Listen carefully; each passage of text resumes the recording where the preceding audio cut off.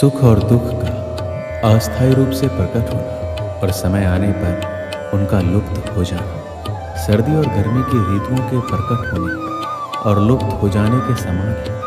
हे भारत के वंशज, किसी को परेशान हुए बिना उन्हें सहन करना सीखना चाहिए। सुख और दुख हर किसी के लिए नियति है। यदि आप आज खुश हैं तो निश्चित रहें कि संकट आएगा, और यदि आप आज खराब स्थिति में हैं तो निश्चित रहे कि कल सूरज उगेगा। ये संसार द्वंद्व का स्थान है और द्वंद्व आते जाते रहेंगे। हमें अर्जुन की तरह सहन करना और अंततः आगे बढ़ना सीखना चाहिए। अविनाशी, अपरिमेय और शाश्वत जीव के भौतिक शरीर का अंत निश्चित है। इसलिए हे भारत के वंशज, युद्ध करो। संघर्ष से कभी पीछे मत हटो। संघर्ष ही आपको आपके लक्ष्य तक लेके जाएगा।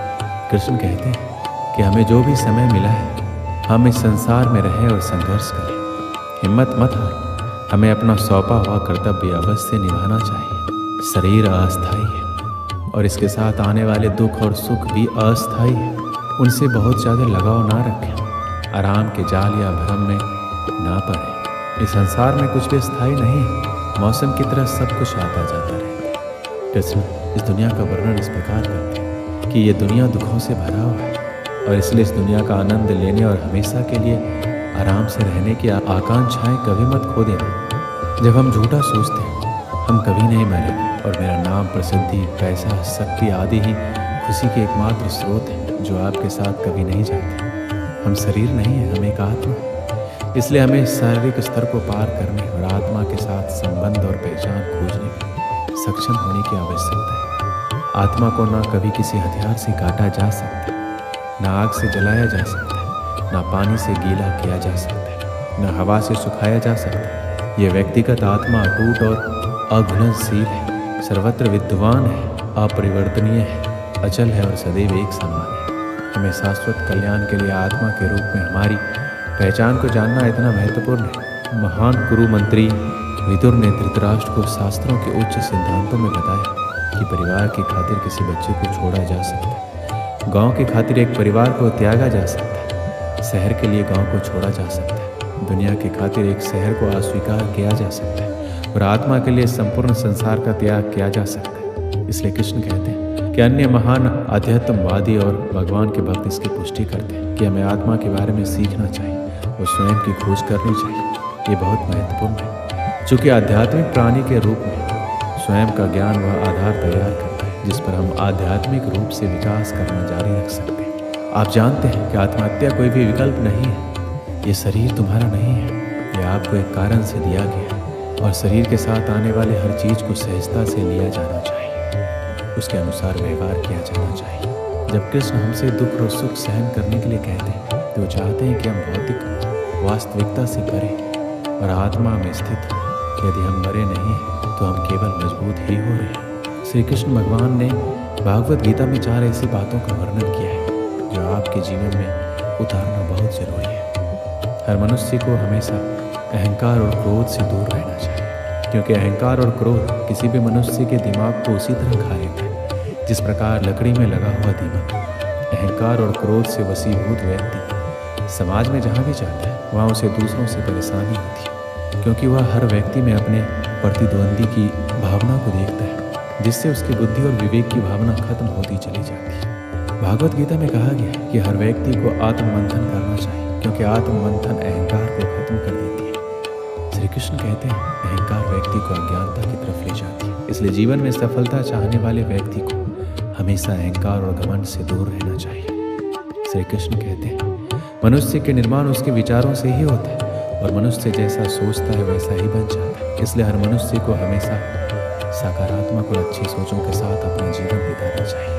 अगर आपके मन में अच्छे विचार होंगे तो आपका जीवन भी अच्छा होगा, लेकिन अगर आपके मन में बुरे विचार होंगे तो आपके जीवन में बुराई की स्थिति बन सकती है। श्री कृष्ण कहते हैं यदि हम अपने को बलवान बनाना चाहते हैं तो हमें अपने मन में जरूर सोचना चाहिए कि हम बलवान हैं, क्योंकि बलवान होने की सोच ही हमें बलवान बना सकती है। अगली बात श्री कृष्ण कहते हैं कि आलस्य, डर और कायरता मनुष्य के वो दुश्मन हैं जो उसे सफल होने से रोकते हैं। अगर आपको सफल होना है तो आपको अपना आलस्य त्यागना होगा। अगर आप आगे बढ़ना चाहते हैं तो आपको अपना डर छोड़ना होगा। एक आलसी और डरपोक व्यक्ति ना अपने लक्ष्य को पा सकता है, ना ही अपने सपनों को पूरा कर सकता है, ना ही वह किसी युद्ध में विजय प्राप्त कर सकता है। इसलिए अगर आप अपने लक्ष्य को पाना चाहते हैं, अपने सपनों को पूरा करना चाहते हैं और अपनी ज़िंदगी से आलस्य और डर को निकाल दीजिए, क्योंकि डर आपको वह सभी काम करने से रोकता है जो आप करना चाहते हैं, और आलस्य आपको वो काम करने ही नहीं देना चाहता जो आप कर सकते हैं।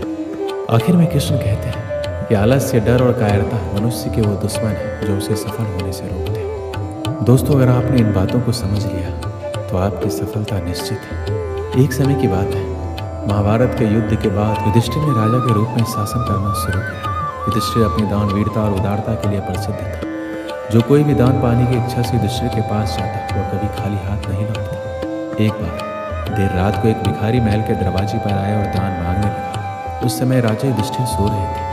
रानी द्रौपदी ने उन्हें जगाया, लेकिन युधिष्ठिर ने कहा, मैं बहुत थक गया। भिखारी को सुबह तक इंतजार करने के लिए कहें। कल सुबह उठने के बाद मैं उसे उसके वजन के बराबर सोने के सिक्के दूंगा। द्रौपदी ने यह बात भीम को बताई। भीम ने जब ये बात सुनी तो वह तेजी से उस बड़ी घंटी के पास गया जो महल की छत पर थी, और वो घंटी सिर्फ तब बजाई जाती थी जब राजा युधिष्ठिर कोई बड़ा युद्ध जीत कर वापस आते थे। भीम बिना रुके उस घंटी को जोर जोर से बजाने लगा। घंटी की आवाज़ सुनकर हर किसी को लगा कि राजा युधिष्ठिर किसी महान युद्ध को जीत कर वापस आए। ये देखने के लिए सभी पांडव और राज्य के लोग वहाँ एकत्रित हुए। काफ़ी देर तक घंटी बजती रही। अंत में राजा युधिष्ठिर को भी उठना पड़ा। गुस्से में उन्होंने भीम से पूछा, तुम इतनी रात को घंटी क्यों बजा रहे हो? भीम ने विनम्रतापूर्वक उत्तर दिया, ऐसा इसलिए क्योंकि आज आपने बहुत ही बड़ी जीत हासिल की है। ये सुनकर राजा युधिष्ठिर चौंक गए और पूछा, ये तुम क्या कह रहे हो? भला इतनी रात को मैंने कौन सा युद्ध जीत लिया है? भीम ने उत्तर दिया, बड़े भाई, आज आपने समय को ही जीत लिया है। आपने महारानी से कहा कि भिखारी को दान कल सुबह मिलेगा। अब ये घोषणा तो कोई तभी कर सकता है जब वह समय के साथ जीत हासिल कर ले। क्या आपको यकीन है कि कल सुबह तक आप दान देने के लिए जीवित रहेंगे, या फिर ये भिखारी इसे प्राप्त करने के लिए जीवित रहेगा? ये सुनकर युधिष्ठिर को भीम की बात का एहसास हुआ। उन्होंने तुरंत उस भिखारी को अंदर बुलाया और उसे दान दे दिया। हम सभी के पास समय सीमित होता है, कोई नहीं जानता आने वाले कल में क्या होगा। इसलिए जो काम आप आज और अभी कर सकते हैं उसे कभी आने वाले कल के लिए बचा के ना रखें, क्योंकि कल कभी नहीं आता। हमारी ज़िंदगी हमारे आज से ही चलती है। अगर ज़िंदगी को बेहतर तरीके से जीना है तो हमेशा आज में जिए। कल क्या होगा इस बारे में ज़्यादा ना सोचें, क्योंकि खुशियाँ आपका आज आपको देगा। हो सकता है वो खुशियाँ कल आ ही ना पाए। इसलिए कल की टेंशन ना लेकर अपने लाइफ को एंजॉय करें, क्योंकि ये समय अगर चला गया तो फिर कभी वापस लौट कर नहीं आएगा। जो लोग समय की वैल्यू नहीं समझते वो अक्सर आज का काम कल पर टाल देते हैं, फिर चाहे वो काम कितना भी ज़रूरी क्यों हो। ऐसे लोग खुद का समय तो बर्बाद करते हैं और साथ ही वो दूसरों का समय भी बर्बाद करते हैं। कोई भी काम चाहे वो बहुत ज़रूरी हो या ना हो, लेकिन अगर वो काम अगर आप आज कर सकते हैं तो उसे कभी कल पर ना डालें। काम को टालते रहने की आदत कई बार हमारे लिए और साथ दूसरों के लिए भी मुसीबत बच जाती है। समय का सदुपयोग करना हम सभी के लिए बहुत ज़रूरी है। बर्बाद हुआ समय कभी लौट कर वापस नहीं आता। जो काम सही समय पर हो सकता है उसे करने में कभी देरी ना करें। हर किसी के पास सिर्फ 24 घंटे ही है, बस ये हम पर डिपेंड करता है कि हम इन 24 घंटों को किस तरह से बिताना है। और जितना हो सके अपने समय का ध्यान रखें और जितना हो सके समय रहते सारे कामों को पूरा करें, ताकि आपके पास ज़िंदगी को जीने का भी वक्त रहे। दोस्तों, इस वीडियो में बस इतना ही। मिलते हैं अगले वीडियो में। अपना ख्याल रखें। जय श्री कृष्ण।